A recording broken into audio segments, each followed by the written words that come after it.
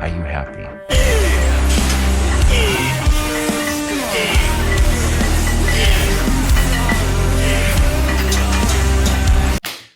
I thought I'd give this video some meaning in the intro before we get to the gym. People literally are afraid of change. For some reason, I don't know why, but people, they come up to me and they tell me, yo, you've changed.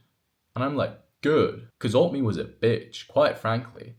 It sounds rude, but that's just how it is. Old me was a bitch. Old me didn't do shit and expected all these results, but I just never understood that. This is not how it works. I was sitting at home thinking about, yo, I want that a cute girlfriend who's loyal, who doesn't have a past.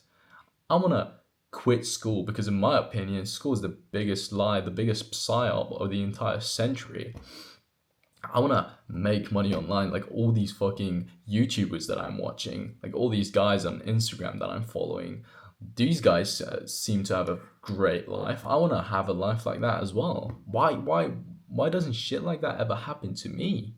Why am I not making money online? Why don't I have a pretty girlfriend who's loyal, who's cute, who's funny? Why don't I have these type of people in my life? Why don't I get these type of successful results? And then one day I realized it's because I literally do nothing to get these type of results. So why would I get them? It just never crossed my mind that I was the problem. And it's not just how people always say, yeah, at the right time, eventually things will come to you. Don't go out searching for things, because if it's meant for you, it'll come to you. That's the biggest lie of all time. You do not have time to waste on eventualities. You gotta increase your luck by doing, by acting, by chasing after the type of things you want, by pursuing the things you want. If you want to make money online, which I never understood, why am I not making money online? Until I finally started making change. I created my first fucking Twitch account in which I was doing fucking Cronker.io streams back in the days, making money, streaming on YouTube, making money from donations about Minecraft. Dude, I always knew, and no, that's wrong. I never knew, but until this fateful day, I thought about the shit I want to have, and I thought about some fucking solutions of how to get there.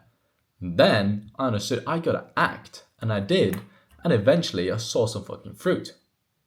I planted the seed, and it just makes sense that if I plant the seed and I water the seed every single day, eventually the seed is gonna grow.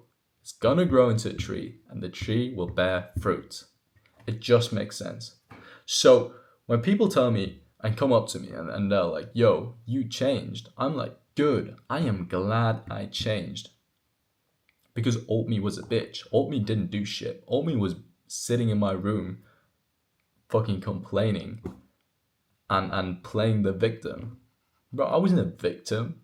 I was a fucking loser. And you probably are too. Not to attack you right now. This is supposed to be a wholesome segment to just make you understand that nothing changes if nothing changes. It's fucking true. Nothing changes if nothing changes. You gotta act. You gotta pursue. You do not have time to wait on eventualities. You do not. Simply, it's a lie. One of my friends, literally my best friend, always says these things. I have to expose him. And I'm trying to get him a girlfriend for fucking years now. And I always tell him, bro, you gotta act. You gotta go and pursue some women to eventually find one which suits you, which is fitting to you, which is eventually gonna commit to a relationship with you, who you can truly fall in love with. And he always tells me, no, I don't want to force it, because love just comes to you. Love just comes natural. And if you force it, then it's not going to work. And to me, that's just a sign of laziness. I think it's just cope for being scared to probably pursue these type of women for fucking having anxiety or for just being lazy, honestly. He doesn't want to put in the work because he's convinced himself, he gaslights himself about, yo, these things will come to me anyways. These type of things only happen if you actually pursue them. If you don't go out your way and date some women, you will not find a girlfriend. Because yes, maybe the first 10 dates you go on, you don't find a woman that you actually enjoy spending time with. But that's just like in business. If you're trying to make some money online with YouTube, with streaming, with whatever you're trying to do, it's not just gonna work on the first date. It's not gonna work on the first video you upload. It's not gonna work on the first fucking business you start. It's not gonna work. It's not that. Yes, it could, but the chances are so low. So you gotta take matter in your own hands and just say, all right, let me try and try and try and try again. Let me make a change. Because if you don't make a change, aka you just sit in your room and you complain about, why don't I have these things? There's people out there having these things. I want that too. But if you don't act, nothing will change. Now, let me not yap any further and let's just get straight into the gym session. And after the gym, there is a quick Q&A with my girlfriend. So be tuned for that. So the plan right now is do shoulder press. I do 2 working sets, and before every 2 working sets, I do 1 warm-up, and then I go to the next exercise. I found that that's the most optimal way for me to build muscle. Because back in the day, I used to do the Arnold split, and I did way too much volume and all this bullshit. I used to do like 8 to 12 reps per set, and barely any warm-up, and shit was horrible. I also did way too long rest periods. Everything just took way too much time.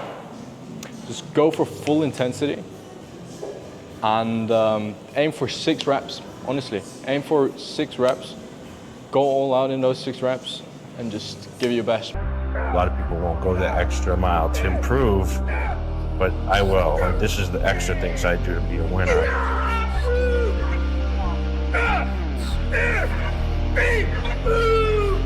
You run into someone, they say, hey, how's business? You know, how's your family? How's this and that? But you know what no one ever asks you? Are you happy?